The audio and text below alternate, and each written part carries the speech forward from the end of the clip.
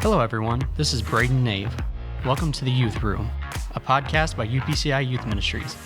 This podcast will focus on topics relevant to youth and young adults. Don't forget to subscribe and join us on the third Tuesday of each month.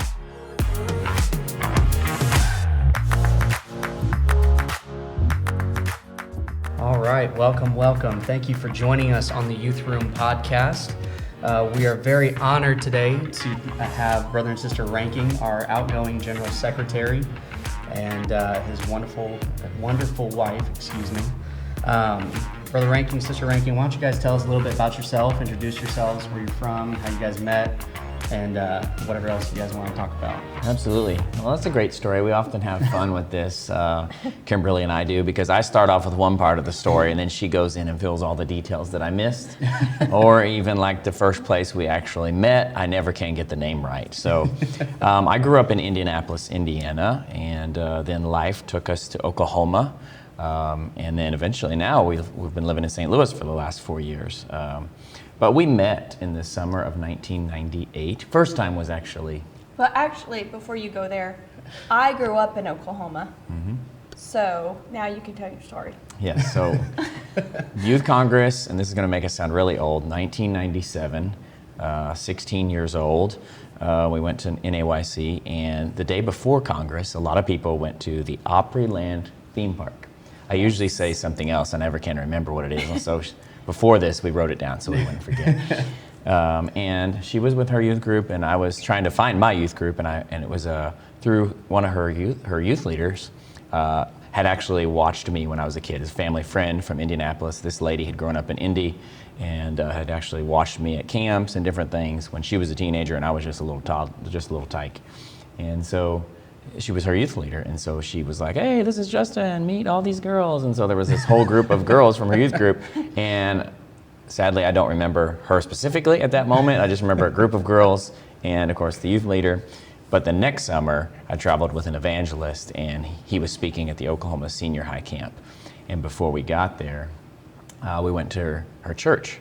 And when I spotted her, I was like, okay, this week is going to be fun. So any other details you want to add in, maybe from your perspective, when your knight in shining armor rode into the camp? That's funny. Yeah, we just started hanging out that week, getting to know each other, and so we kind of had our first date at camp, I guess you could say, at the concession stand halfway through the week. So that was kind of how we first started. Not really dating, but we just kind of got to know each other that week, and then a couple of months later we kind of started dating, and we stayed connected and ended up dating our senior year of high school with him in Indianapolis and me in Oklahoma. So that's a whole new definition of long distance. Before cell phones, before Facebook, before anything like that. So it was quite an experience and quite expensive. Long distance phone bills. But thankfully I had a job. I had a job at that point, so I helped pay the long distance cell phone bill. So hopefully that job will play into some of our questions later. Yeah. Well, it's awesome to have you guys on the podcast. I don't want to tell a little bit too much, but the Reinkings do have 3 awesome boys, and they're wonderful. Youth Ministries is very blessed to have them. And we hate to see them go, and we will miss them dearly. But we will go ahead and kind of start on our topic for this episode. And the topic is relationships. This is a very big topic among people my age. I'm only 22, and high school students and junior high students. So it's a very big topic, very important topic. We'll kind of go through a few different relationship aspects, being family and friends, and also the big one, dating relationships. So we'll kind of start it off here, and we'll start with family. And I'll let either one of y'all answer. But the first question I want to ask is, how do you maintain a good relationship with your parents? I would say that you have to talk. You have to be intentional as a teenager and young adult to talk with your parents. Sometimes for parents, some of them might not feel as equipped, or they might feel a little, we all sometimes feel socially awkward, whether we're the parent or the teenager or young adult. And so even just some practical tips that we try to do in our family is that at meal times, phones are all put away so that when we're together, that's where we talk through the day. We have this really cool thing. It's this little cube and has these little cards that I found at a store in the mall. Yeah, I actually went to the mall in a store indoors and opened this little thing. You open it up and it has these little cards and it asks like, what's your favorite family routine? What's your, or like tradition? What was your favorite meal as a kid? And so we use those little cards Conversation starters. Yeah, conversation starter. And then when we travel like back and forth to church, different times we have like, okay, this is no phone zone. And we try to initiate conversation as the parent side of it. And so if you're on the teenager side of it, when mom and dad are trying to do that, use that to your advantage to talk to them about whatever you know, whether it's plans or questions you have or just small talk, you know, sports, whatever, you know, your interests are, hobbies, what's going on in youth group, those kind of things. I would also say another aspect, not just talking with them, which is important, but also when you are talking with them, being honest. And even if you have messed up or even if you have questions or anything, if you're honest, then the parent is going to be more trusting of you later, and they're going to be more understanding of where you're coming from. If maybe you've been in a bad mood, but you're talking to them like, well, this is what happened at school today, or this is what's happening right now, then they're going to be more understanding and lenient with you, and they can help build that relationship rather than them just being mad at you all the time because they're like, what is wrong with you? You know, like, you're such a grouch, you know? Mm-hmm. Well, they can understand where you're coming from because they are human and they know where you're coming from. Mm-hmm. You know, they've been there. So if you're communicating and being honest and not just trying to hide those things from them, it can build that relationship and make it stronger. Yeah. So I was a pretty troubled child, a troubled teenager. I dealt with a lot of different issues, most of it stemming from pride. Mm-hmm. But one thing I noticed is as soon as at least in the last few years, as soon as I started being open and communicating with my parents and being honest with mistakes that I've made. Mm-hmm. I can think of one mistake. I won't take the time to tell it, but I can think of one mistake where as soon as I did, I called my dad, and I was terrified of how he's going to react because I didn't want my dad to be mad at me or anything, but ultimately he was there to kind of help me and mm-hmm. Not to condemn me in any way, but to help me get through it and help me progress. So I think communication is a huge part in kids talking to their parents and having a great relationship with their parents. So that's awesome. Now, unfortunately, it might be a bigger issue in now possibly than in the past, but there are a lot of kids who might be the only person in church in their family. P7 is a big thing right now, and I know I go to Urshan, there's a lot of students there who have been saved through P7, and they're the only ones serving God in their family. So, what do you do if you are the only one serving God in your family? Like, what do you do at that point? Well, I actually kind of lived through that for a small part of my life, and so when I received the Holy Ghost, I was 16, and my parents weren't going to church at the time. So I don't even remember the amount of time, it might have been about a year, my sister and I were the only ones who were going to church. So what I did was I just listened to them, and I just did whatever they asked of me. I went to as much church and as many events as I could, and I have great parents though, so they were still supportive of me going to church. They didn't necessarily tell me I couldn't go to church, but there were times it would come up that my dad would say I had to stay home. Like, I remember a Sunday night when he made me stay home from church, and then I found out that some of my friends received the Holy Ghost that night, and so I was so upset, and it was just kind of that relationship to where they weren't going to church and I was, and so there were always moments to where there was times of frustration. But I always just did whatever they were asking me to do, and I never went anywhere where they, went to church or did whatever, went to an event or went out with friends from church or whatever when they had told me not to. I always just obeyed, and I didn't ever rebel against them. And even later, as I got a little older, even after they started coming to church, there were still different things that would come up, and I just I don't, some of it was part of my personality, but I think that was one thing maybe that God, I don't know, allowed me to do, because that's what I needed to do to make these things happen. Because in the end, God ended up honoring my obedience, and my dad ended up, he would be coming to me and saying, hey, you need to go do this, or I'm going to give you money to do that. And God started showing him things that I was feeling, but I didn't feel like I could talk to them about.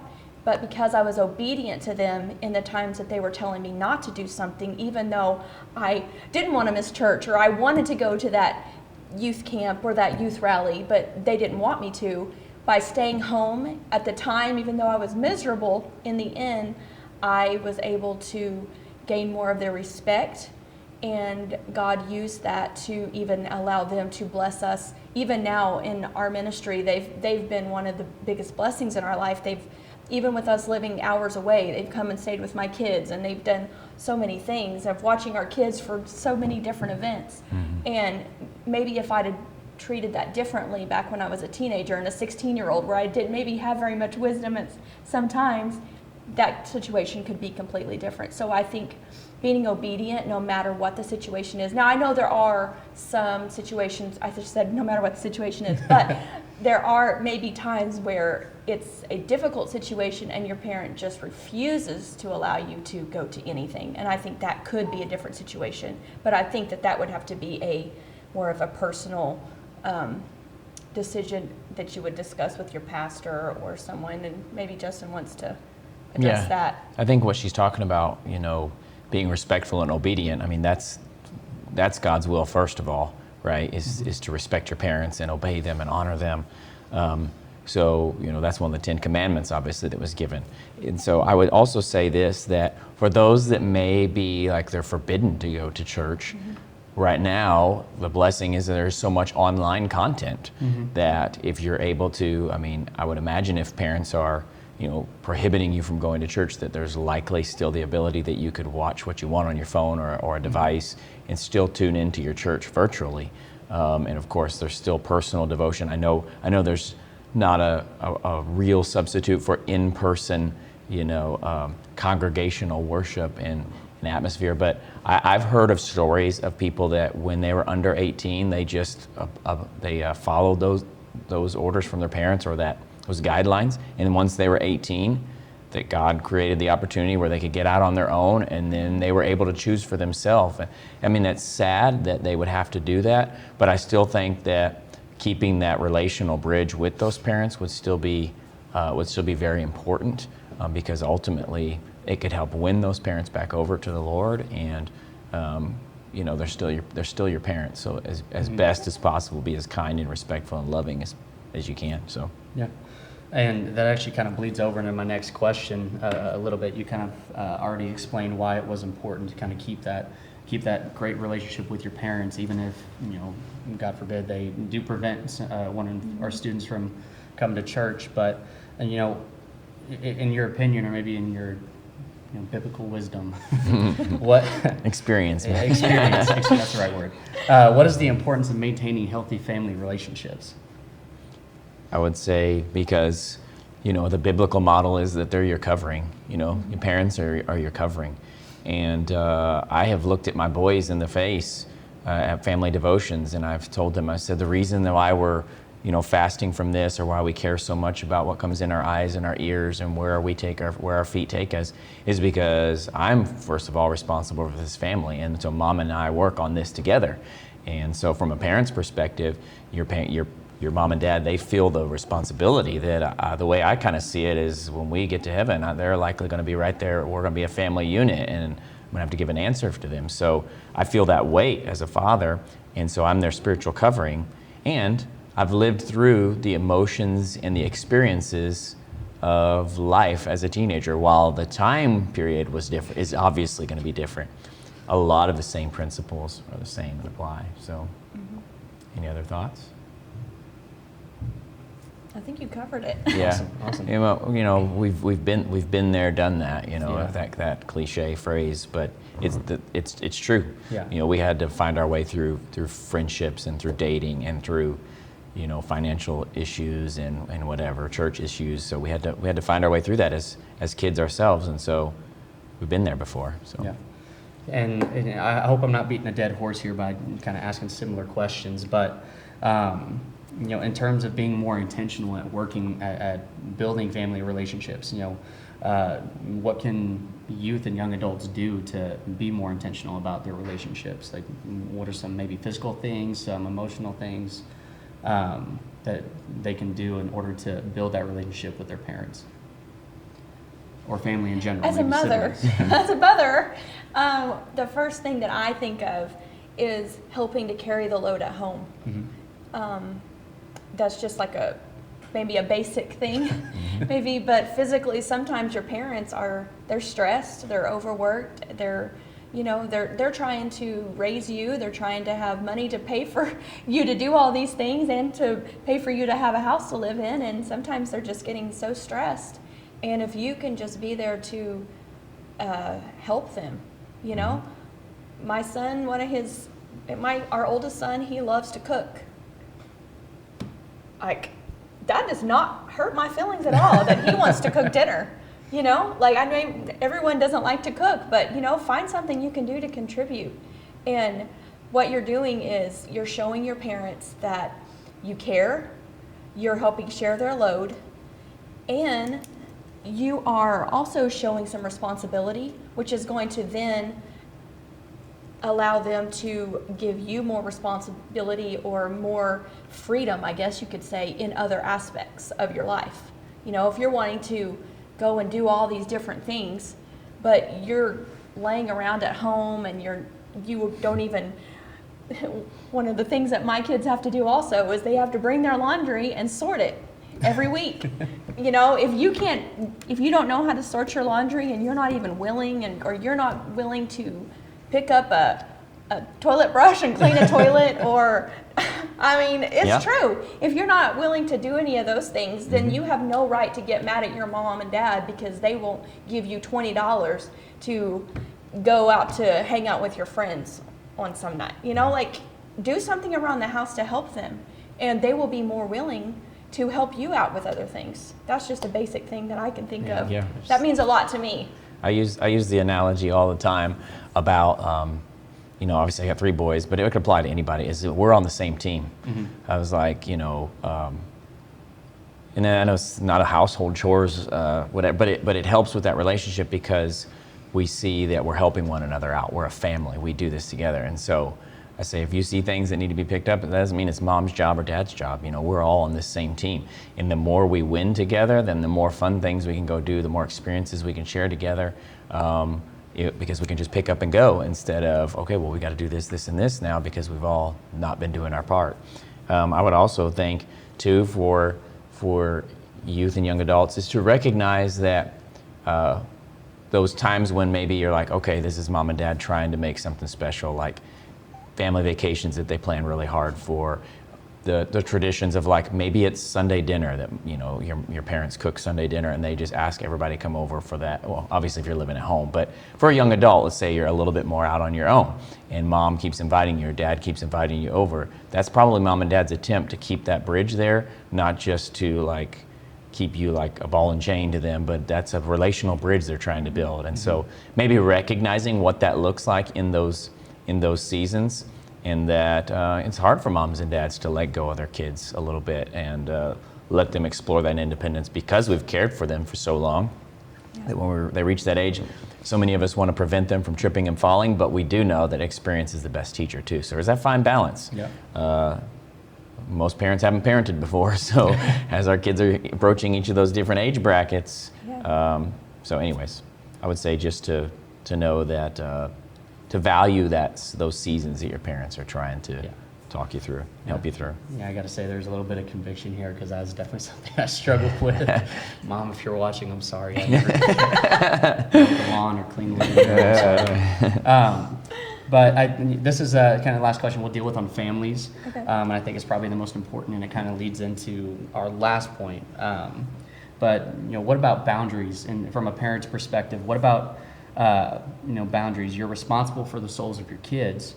So at some point, the kid will have to take on that responsibility. What would you say to a student or hyphen who feels that their parents are too overbearing or protective?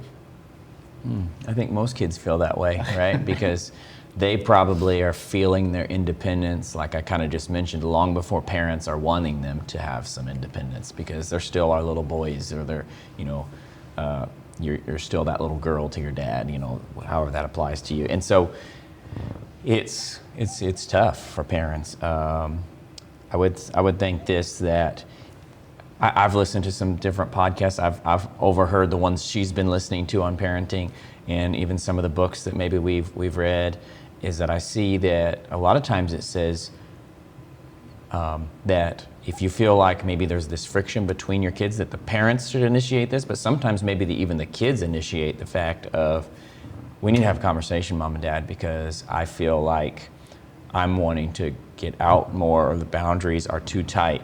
And so just have like my wife already said, have an open and an honest conversation.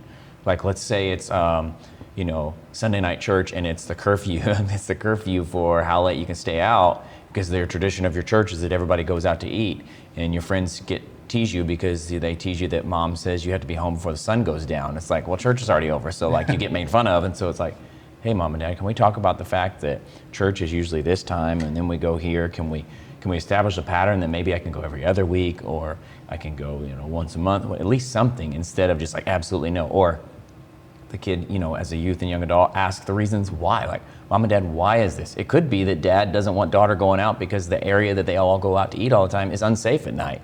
And so that calm, open conversation, instead of just in the heat of the moment, like after church, Mom and Dad, why can't I go? And Dad is embarrassed because everybody's looking. He's like, it's just because I said so. He wants to tell you the reasons why, but maybe he or she may be embarrassed at the time, and there's like this comparison game going on. So try not to put your parents in that situation, because they're again, I think we're all on the same team, and they're trying to watch over you.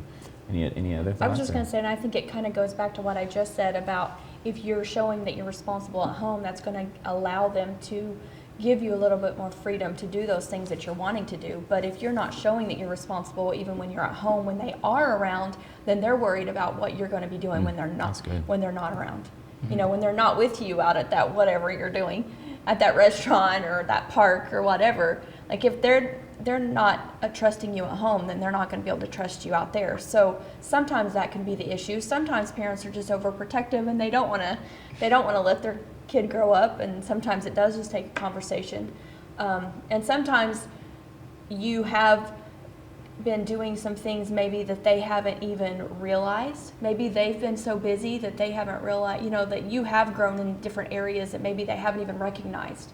And if you are doing those things maybe at home, where you're trying to make up the difference, and you're trying to help here, and well, I haven't done this lately at home, but I've been tutoring kids after school, and I've had a lot of classes that I've had a lot of work, a lot of papers due, and I've had to study for all these tests, but look at my grades, I have great grades, and I have this and this, like maybe I've been slacking in this area, but it's because this area has gotten busier, like it's not because I'm not responsible, it's because I'm putting my time and effort into things that I think are more important right now. And so if you can have a conversation with them, and they say, okay, they are more mature than I recognize. It's just I wasn't seeing those things they were doing.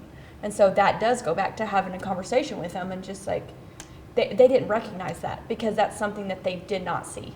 Yeah. And a lot of times I tell my boys too, and your parents could be saying this as well, other parents, is that I'm trying to prepare my boys for real life. They tease all the time. They say, "Is this in real life?" or whatever, right? So, when you get a job, and when you're out there in the workforce, I'm trying to teach you how to have those challenging conversations. So you can't just ignore that. So a lot of these things we're talking about, relationships, tensions, we can't just ignore it, because if you're on your job, you can't just ignore the fact if your boss is asking you to do too much.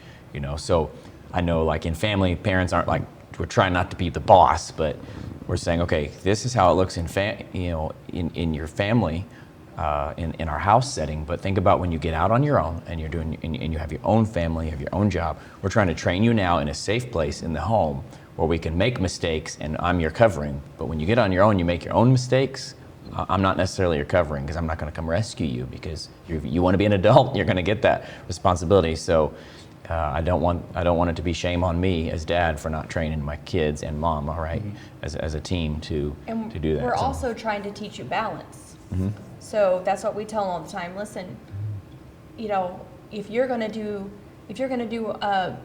music in your youth group, and you're going to be doing this at school, you still have schoolwork. You still have to do your jobs around the house. You still have to do all these other responsibilities because you need to have balance, because when you get older, you're not going to be able to just go to church and play on the music team all the time. You still have to go to work. You still have to feed your family. You still have to be able to do all these things. So you have to learn balance. And if you can start now learning that responsibility and learning how to balance everything out, then it'll make it easier as you get older. And that's sometimes too maybe why the parents are being overprotective, because they're saying like, listen, your life is out of balance, so you've been doing all these activities, so you need to come back home. You know, you need to be home for a while. Let us help you balance out your life, because you're not balancing it very well right now on your own. Yeah. So, and listening to that, the one phrase that you mentioned it, Brother Reinking, is just the one phrase that all kids hate to hear,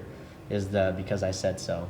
Is the absolute worst. But and one thing I've learned just over the years, like, you know, there may not be reasoning that parents give you all the time, but in all reality, you know, good parents at least, and you know, there obviously are anomalies, and but parents usually know best for their kids, and that's one thing I've learned. So I may not be getting a reason, but you know, over the short years that I've lived, I've learned that because I said so is really what saved me from a lot of stuff. So sometimes a parent just knows. I read in a book, it was saying, it wasn't pertaining to this necessarily, but it was talking about something else. It was saying sometimes parents just have to use discernment. Sometimes we just use discernment as far as like at church and different things like that. But even at home, saying parents have to have discernment on what they're going to do with their kid. How far in this conversation are we going to go? Like, what is my child doing right now? And what do I need to, you know, how far do I push them, and how far do we, you know, where do we just stop? And so sometimes the parent, they say that because I said so, because they just know. It's just discerning. Like, there's something going on here. I can't even recognize it, but I know there's something, and you just don't need to do that. Yeah, absolutely. All right. Well, we've spent a lot of time on family. We'll kind of move on from there. Is there any last thoughts or anything about family relationships that you want to mention? I think just as youth and young adults, just be patient with your parents. Again, like I said, I've not done this before, and so I'm thankful for our 16-year-old and 14-year-old that there's been times where I've told them, like, look, Dad, I made a mistake as dad. This is my first time I've had to handle a situation like this. I should have done this. Can you forgive me or whatever? And then they've been kind enough to do that. So be patient. Yeah.